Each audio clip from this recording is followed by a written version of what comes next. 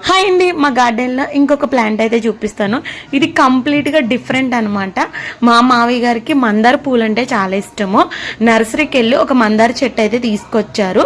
ఈ మందార చెట్టు చూడడానికి ఎంత అందంగా ఉందో. దీని ఆకులు అయితే చాలా స్మూత్గా ఉంటుంది. నాకు చాలా ఇష్టం అనమాట. మా మావయ్య గారికి మొక్కలు అంటే చాలా ఇష్టము. ఏది ఎక్కువగా ఎదగనివ్వరు. కిందంతా కట్ చేసి పైన చూడండి ఒక బొకే షేప్లో ఎంత అందంగా ఉందో.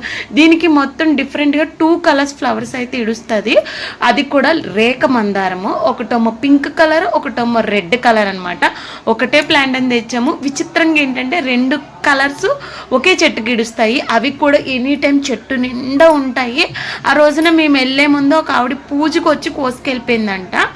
చాలా వరకు మందార ఆకులు అన్నది రఫ్గా ఉంటాయి. ఈ మందార ఆకు మాత్రం చిన్నపిల్లలు పుట్టిన వెంటనే వాళ్ళ పాదాలు ఎంతో స్మూత్గా ఉంటే అంత అందంగా ఉన్నాయన్నమాట. నాకైతే చాలా బాగా